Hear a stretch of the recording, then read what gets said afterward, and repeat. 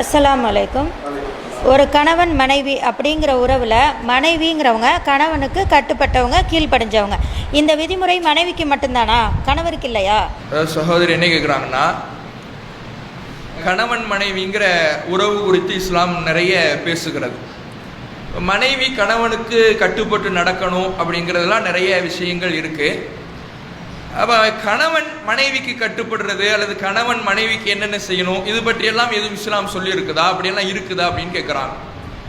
இஸ்லாத்தை பொறுத்தவரையில இந்த குடும்பவியல் சம்பந்தமாக, கணவன் மனைவி சம்பந்தமாக நிறைய விஷயங்களை, அறிவுரைகளை, ஆலோசனைகளை, வழிகாட்டல்களை நமக்கு திருமறை குர்ஆனும் தருகிறது, ஹதீஸ்களும் தருகிறது. அதில் இஸ்லாம் நமக்கு சொல்லுகின்ற பொழுது திருமறை குர்ஆன்ல ஆண்களை நோக்கி திருமறை குர்ஆன் பேசுகிறது. உங்களுக்கு கடமைகள் இருப்பதைப் போல அவர்களுக்கும் கடமைகள் இருக்கிறது, உங்களுக்கு உரிமைகள் இருப்பதைப் போல அவர்களுக்கும் உரிமைகள் இருக்கிறது என்று திருமறை குர்ஆன் பேசுகிறது. அதே போல இன்னொரு இடத்துல இறைவன் பேசுகிற பொழுது ஆண்களுக்கும் பெண்களுக்கும் அவரவர்களுக்கான கடமைகள் இருக்கிறது, ஆண்களுக்கு சற்று கூடுதல் சிறப்பும் இருக்கிறது என்றும் குர்ஆன் பேசுகிறது. இந்த கூடுதல் சிறப்புங்கிறது என்ன? ஆண்கள் தான் உழைக்கக்கூடியவர்களாக இருக்கிறாங்க, பொருளாதாரத்தை திரட்டக்கூடியவங்களா இருக்கிறாங்க, குடும்பத்தினுடைய பொறுப்பு அனைத்தையும் சுமக்கக்கூடியவர்களாக இருக்கிறாங்க.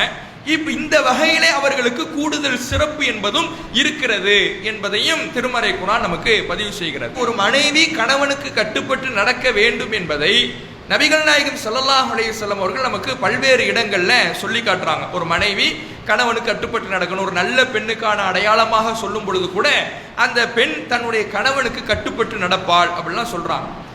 இப்ப இப்படிலாம் இருக்குத, அப்ப கணவன்மார்கள் என்பவர்கள் மனைவிக்கு கட்டுப்படவே கூடாதா, மனைவி பேச்சை கேட்கவே கூடாதா அப்படிங்கிற ஒரு கேள்வி வருதுல்ல. மனைவிக்கு இஸ்லாம் வழிகாட்டுகிறது, கணவனுக்கு அப்படியான வழிகாட்டல் இல்லையா அப்படிங்கிற ஒரு கேள்வியும் வருகிறது. அப்ப இதை நாம எப்படி புரிஞ்சுக்கணும்னா, கணவன்மார்கள் மனைவிக்கு கட்டுப்பட்டே இருக்கவே கூடாது, மனைவியினுடைய பேச்சை கேட்கவே கூடாது அப்படிங்கிறதெல்லாம் கிடையாது. எந்த அளவுக்குன்னா இஸ்லாம் ஆலோசனை செய்ய சொல்லுகிறது, மனைவிமார்களிடம் ஆலோசனை செய்யுங்க. ஏன்னா மற்ற மதங்கள்ல தான் பெண் என்றால் அவர்கள் ஒரு பொருளை மாதிரி தான் பாவிக்கப்படுவார்கள். ஒரு பொருள், அந்த பொருளுக்குன்னு உரிமை கிடையாது. பெண் என்பவள் ஒரு பொருள், அவங்களுக்கு எந்த உரிமையும் கிடையாது. கணவன் முன்னாடி பேசக்கூட மாட்டாங்க, கணவன் சாப்பிடும் பொழுது சாப்பிடக்கூட மாட்டாங்க. இப்படியாக அவர்கள் எந்த ஒரு உரிமையற்றவர்களாக பாவிக்கப்படுகிற நிலை மற்ற கொள்கை கோட்பாடுகள் இருக்குது. ஆனா இஸ்லாம் தான் இதை உடைக்கிறது. எல்லோருக்கும் உரிமைகள் இருக்கிறது என்பதை இஸ்லாம் உடைத்து மனைவிமார்களிடம் எல்லா விஷயங்கள் குறித்து ஆலோசனைகளை இஸ்லாம் செய்ய சொல்லுகிறது. தன்னிச்சையாக முடிவெடுப்பதை இஸ்லாம் வலியுறுத்தவில்லை.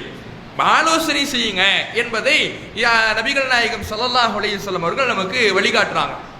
அல்லாஹ்வுடைய தூதர் அவர்கள் ஹுதைபியா உடன்படிக்கை சமயத்துல சஹாபாக்களுக்கு ஹுதைபியாவிலிருந்து திரும்ப அனுப்பி வைக்கப்படுறாங்க. ஒரு ஒப்பந்தம் நடக்குது, உம்ரா செய்யறதுக்காக போறாங்க, எதிரிகளால் தடுக்கப்படுறாங்க.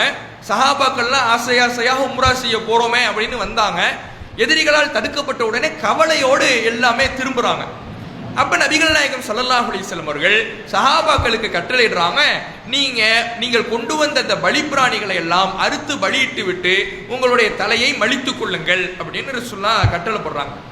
ஆனா கவலையில இருந்த அந்த சஹாபாக்களுக்கு இந்த கட்டளை ஏறல, அவங்களுக்கு அது புரியவே இல்லை. அதுக்கு அதை காது கொடுத்து கூட அவங்க வாங்கல, அப்படியே உட்கார்ந்தே இருக்கிறாங்க. ரசூலுல்லாஹ் ஒரு கட்டளையை சொன்னா, ஒரு ஆலோசனையை சொன்னா உடனே செயல்படுத்தக்கூடிய நபித்தோழர்கள் உச்சபட்ச கவலையில இருக்கிற காரணத்தினால ரசூலுல்லாஹ் சொல்லிக்கிட்டே இருக்கிறாங்க, சஹாபாக்கள் அப்படியே உறைந்து போய் உட்கார்ந்து இருக்கிறாங்க. இப்ப ரசூலுல்லாஹ்வுக்கு கவலை வந்துருச்சு, என்னடா நம்ம சொல்றது கேட்கவே மாட்டேங்கிறாங்களே அப்படின்னு ஒரு கவலை வந்துருச்சு.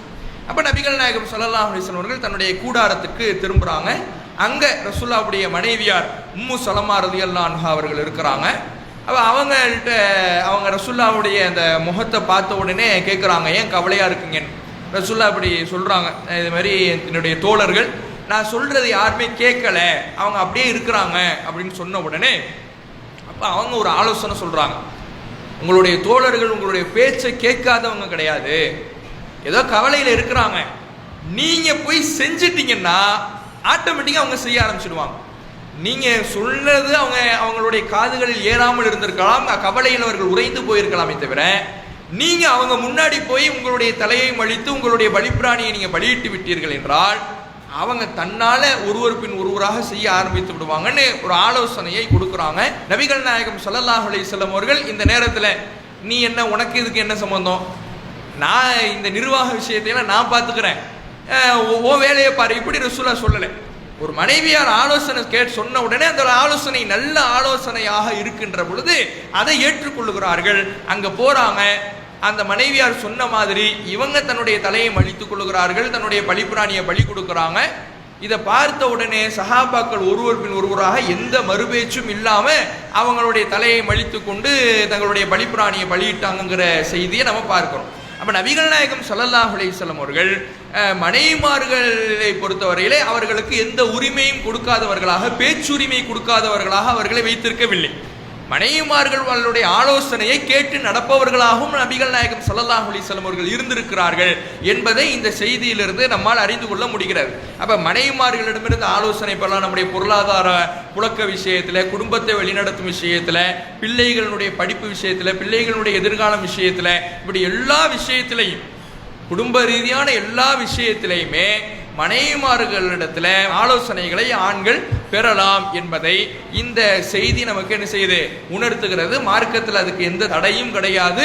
அதை மார்க்கம் வழிகாட்ட தான் செய்கிறது. சுல்லாவே ஆலோசனை கேட்டு செஞ்சிருக்கும் பொழுது நமக்கு அது ஒரு முன்மாதிரி. நபிகள் நாயகம் ஸல்லல்லாஹு அலைஹி வஸல்லம் அவர்களுடைய ஒவ்வொரு செயல்பாடும் முன்மாதிரி என்பதை போல இதுவும் நமக்கான முன்மாதிரி தான். மனைவிமார்களுடைய அந்த ஆலோசனையை கேட்டு நடப்பதை மார்க்கம் என்ன செய்து நமக்கு வழிகாட்டுகிறதுங்கிறத இந்த செய்தியிலிருந்து புரிந்து கொள்ளலாம். அல்லாஹு அக்பர், அல்லாஹு